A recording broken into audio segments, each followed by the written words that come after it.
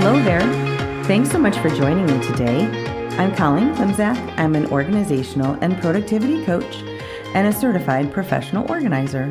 I own Peace of Mind Professional Organizing, LLC. Since 2003, I've been helping my clients live better lives through organizing and organizational and productivity coaching. I support my clients and my community with coaching, in-person and virtual organizing, my weekly podcast called Your Organized Life with Colleen Klimczak, a free weekly virtual productivity session called Finish Line Friday, a free weekly email newsletter, and regular content on Facebook and Instagram. I also offer presentations and professional development to groups and companies. And coming soon, I'll be launching a membership circle to support my community with even more coaching and productivity content. Want to finish strong this week? Join me for Finish Line Friday every Friday morning at 9 a.m. Central for a 2-hour productivity session. Drop me an email at colleen@peaceofmindpo.com to request my Zoom room link or follow the Zoom room link on my Instagram or Facebook pages. Welcome to Your Organized Life, episode 181. Next up in the You Asked, Let's Talk About It series. There were actually 2 questions. The first one that I get regularly is, Cal, what are you reading? And the second question was more of a request, really, from my local library. I will put it in quotes here, to partner with my Evergreen Park Public Library for their summer reading program. So I was invited to a summer reading program kickoff meeting at my local library recently. The theme this year is Unearth a Story. And my library is hoping to, I'll put this in quotes, unearth a new reading record, end quotes, with an initiative to increase reading across all demographics in our community this summer. So studies have shown that a leading indicator of student achievement and school success is reading at home, followed by the number of books at home. Reading to our kids when they're small, reading with them as they grow, and encouraging them to read on their own when they're ready builds a strong foundation for lifelong learning. Our library director at this meeting shared alarming statistics about the decline of reading among students and adults over the last 10 years and more. So he just quoted the last 10 years. And since reading is the foundation for success for kids, we are missing opportunities to help our kids succeed. And what about the rest of us, right? Reading is for adults. So I didn't capture all the statistics, but for my purposes today, one that stood out to me was that many adults will not read even one book this year. Not one. Reading isn't just for kids, my friends. It is for all of us. My local library hopes to boost reading for everyone this summer to reverse those national trends of decreased reading, at least in our little neck of the woods. We are the readers who set the examples for our young readers, yes, but we are also missing out on reading for our own benefits. Per a Healthline article from January of 2026, entitled Benefits of Reading Books, for adults, reading strengthens our brains, increases empathy, builds vocabulary, improves mental strength in older adults, reduces stress, and even improves sleep. So one of the asks at the meeting was for all of us there to promote summer reading, encouraging sign up and community involvement. So here I am. So let's start with why I love public libraries. I am honored to speak at dozens of libraries and meet hundreds of their patrons every year. Public libraries connect and strengthen communities. Relatedly to my passion for public education, evidenced by my support of my local school district, including my 8 years as a Board of Education member, I am also passionate about supporting public libraries and the unfettered access to resources and knowledge and educational and enrichment programs in our communities. Did you know? Probably not. But 30 plus years ago, after I moved to the Chicago area from Michigan, I volunteered for an adult literacy program that met at my local library, helping people study for and earn their GED, because education and literacy matters. In addition, as a certified professional organizer and productivity coach, of course I love libraries. During my organizing presentations, I recommend borrowing books and media from the library instead of buying them new. We can borrow books, CDs, DVDs, we can read magazines and newspapers and maintain access to all of this without needing to purchase or own any of it. And if you want to read or consume media that your branch doesn't have, they can likely borrow it from another library on your behalf.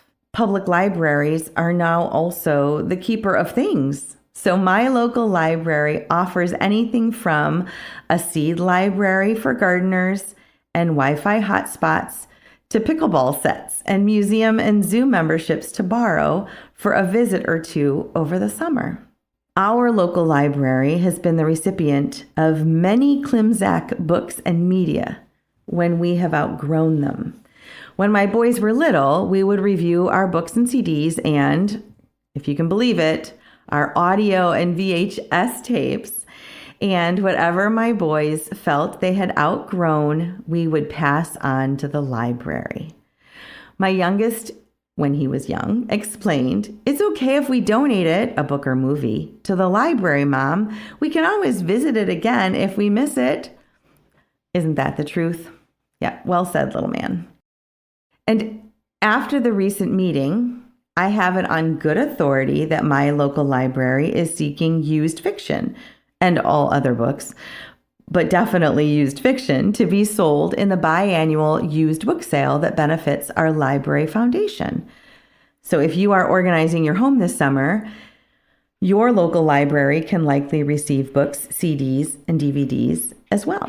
In terms of productivity and personal and professional development as a coach, let me share a favorite quote. "You will be the same person in 5 years as you are today, except for the people you meet and the books you read."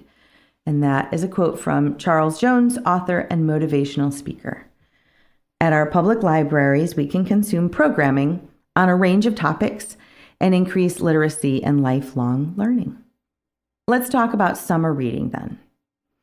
I have memories of my own summer reading, lying on my bed in my sunny yellow bedroom, reading books, or on the couch on our sun porch, and meeting new people and exploring new ideas and new places in the pages of those books. I remember going to my own Kalamazoo Public Library, where I grew up, for books and programs, and the small public museum on the second floor of the building to explore. And then there was the smaller but mysterious, and therefore cooler, local branch that we used to visit, and that was in a historical old house.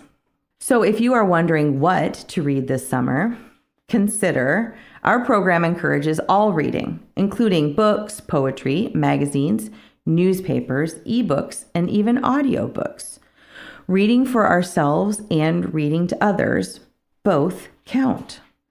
There was a discussion at our meeting about listening to audiobooks, and yes, listening to audiobooks counts.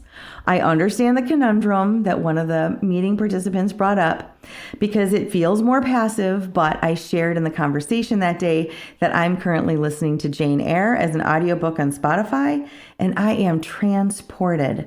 The writing is so rich, the imagery that Bronte uses paints such a vivid picture, and the vocabulary really stretches my mind. So all of the benefits. And I listen to audiobooks while I commute, and I drive even more in the summer. So I'm so grateful for those. So who's with me? And I really mean that. Who's with me? Anyone reading this or listening to this episode can enroll in my Evergreen Park Public Library summer reading program. You don't even have to be a resident, I was told.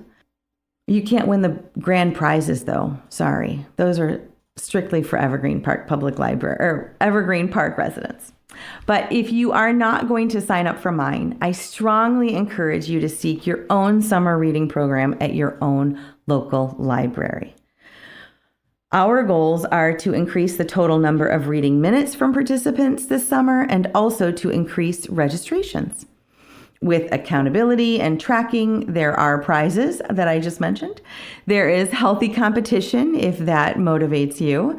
And it's also community building. And oh yeah, all the positive benefits I've already listed.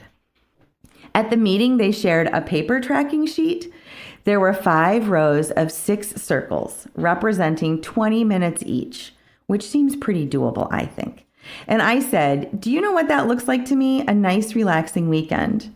For my part, I already read daily, so I need to step up my tracking of reading minutes, book read, and more nonfiction reading. I want to encourage you to participate in our program or your own, but to make reading for pleasure, education, etc., a high priority for yourself. So now let's talk about the how. There are tools. Yes, of course, there are tools. First up is your library card, of course, to access your local library resources. And books. I know, seems pretty obvious, but it could be books you already own. It could be books from your library. It could be books from friends. It could be books from used bookstores or actual bookstores, you name it. What if you don't know what you want to read? If you are seeking book suggestions for you or for a loved one, ask your librarian for suggestions or somebody who works at a bookstore, or even Google it on Amazon. If you are seeking ideas for a student in your life, ask them and also their teachers and mentors for suggestions for their summer reading. Another tool I regularly employ is ebooks. So I have a Kindle app on my iPad and my phone, so I always take my reading with me. Did you know many classic titles are free on Kindle? So I Googled that this morning. A quick search yielded something for everyone. On the first page of search results were the complete novels of Mark Twain, The Jungle Book by Kipling, The Sun Also Rises by Hemingway, The Raven by Poe, Little Women by Alcott, The War of the Worlds by Wells, and Alice's Adventures in Wonderland by Carroll. My local library has an e-reader app that I used to have but didn't keep up on if I wanted to check out books from there. Those were for free. And I also use the BookBub app to buy other ebooks at reduced prices. Maybe you like audiobooks. I was recently pleasantly surprised to find that my premium Spotify membership that I already pay for includes access to thousands of audiobooks. And when I mentioned that to my library director at that meeting, he reminded me that our local library has tens of thousands of audiobooks available. He's so subtle. A friend recommended Chirp for purchasing audiobooks as well, though I do love free. I'm a big fan of free or included in my memberships already. Also for your reading, if you like to track your reading, a friend also at last week's meeting invited me to connect with her Goodreads account. So Goodreads tracks your current reading, what you want to read, and also what you have read. And there is that social component as well. In sharing my Goodreads, once I have it set up, I will have to admit to the world my penchant for paranormal romances, but there are also FBI thrillers on my list, and classics, and nonfiction for personal development, which maybe makes up for the fluff reading. Hey, reading is reading, right? Another tool is Beanstack. It's an app, and it's a tracking platform app that my library is using for the summer reading challenge.